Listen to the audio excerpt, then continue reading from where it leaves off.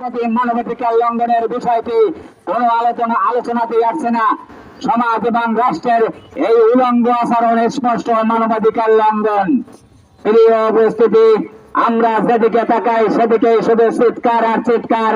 এই চিৎকারের ভাষা চাই সুবিচার সুবিচার, এই চিৎকারের ভাষা চাই পুরুষ অধিকার পুরুষ অধিকার।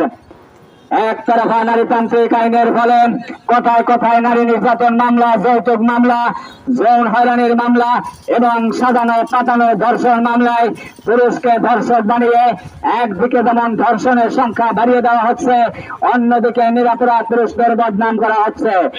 একতরফা নারী বান্ধব আইনের ফলে নারী যখন ইচ্ছা সংসার করছে, যখন ইচ্ছা সংসার ছেড়ে চলে যাচ্ছে, কোন জবাবদিহিতা নেই। অন্যদিকে পুরুষকে আটকে রাখা হয়েছে বৈষম্যের শিকলে। নারীকে জবাবদিহিতার মধ্যে না রাখার ফলেই পরকীয়া বাড়ছে, ডিভোর্স বাড়ছে, পারিবারিক সহিংসতা বাড়ছে। পারিবারিক সহিংসতা আইনে আবার নারীদের নিরাপত্তার সুরক্ষার কথা বলা হলেও পুরুষের সুরক্ষার কথা বলা হয় নাই, শুধুমাত্র নারী সুরক্ষার জয়গান গাওয়া হয়েছে। অথচ আমরা দেখছি প্রতিদিনই দেশের কোথাও না কোথাও পুরুষরা পারিবারিক সহিংসতার শিকার হচ্ছে। পরকীয়াতে পুরুষের যে জরিমানার বিধান থাকলেও নারী শাস্তির বিধান রাখা হয় নাই। একই অপরাধে পুরুষের শাস্তি, নারীর মুক্তি পৃথিবীর কোন রাষ্ট্রে অদ্ভুত নিয়ম আছে আমাদের জানা নাই। আজ পরকীয়া ছড়িয়ে পড়েছে বিদ্যুৎ গতিতে। পুরুষের সরলতার সুযোগে দূরে থাকার সুবাদে এবং পরকীয়ায় নারীদের শাস্তির বিধান না থাকার কারণেই নারীরা পরকীয়ায় জড়াচ্ছে।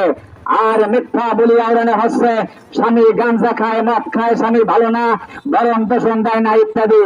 অথচ স্বামী ঠিকই ভরণ পোষণ দিচ্ছে, স্বামী ঠিকই আছেন। বাংলাদেশের মতো একটা মুসলিম রাষ্ট্রে নারীর পরকীয়াকে বৈধতা দেওয়ার এই নিয়ম বদলাতে হবে।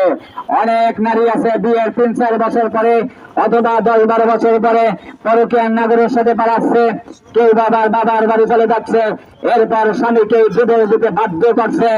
আর ডিভোর্স দিলেই তো কারি কারি টাকা। স্ত্রী ডিভোর্স দিলে স্বামীকে দেনমোহরের সমপরিমাণ ক্ষতিপূরণ দিয়ে যেতে বলা হয়েছে। এটা কোরআনের নির্দেশ, সূরা বাকারার ২২৯ নং আয়াতে এমনটাই বলা হয়েছে। কিন্তু রাষ্ট্রীয় একতরফা আইনে স্ত্রী ডিভোর্স দিলেও স্বামীকে দেনমোহরের টাকা দিতে বাধ্য করা হচ্ছে। বিয়েটা যেমন শরীয়তের বিধান অনুযায়ী হয়েছে, ডিভোর্সটাও তেমনি শরীয়তের বিধান অনুযায়ী হতে হবে। অতএব স্ত্রী ডিভোর্স দিলে স্বামীকে দেনমোহরের সমপরিমাণ ক্ষতিপূরণ দিয়ে চলে যাবার এই বিধান চালু করতে হবে। প্রিয় উপস্থিতি,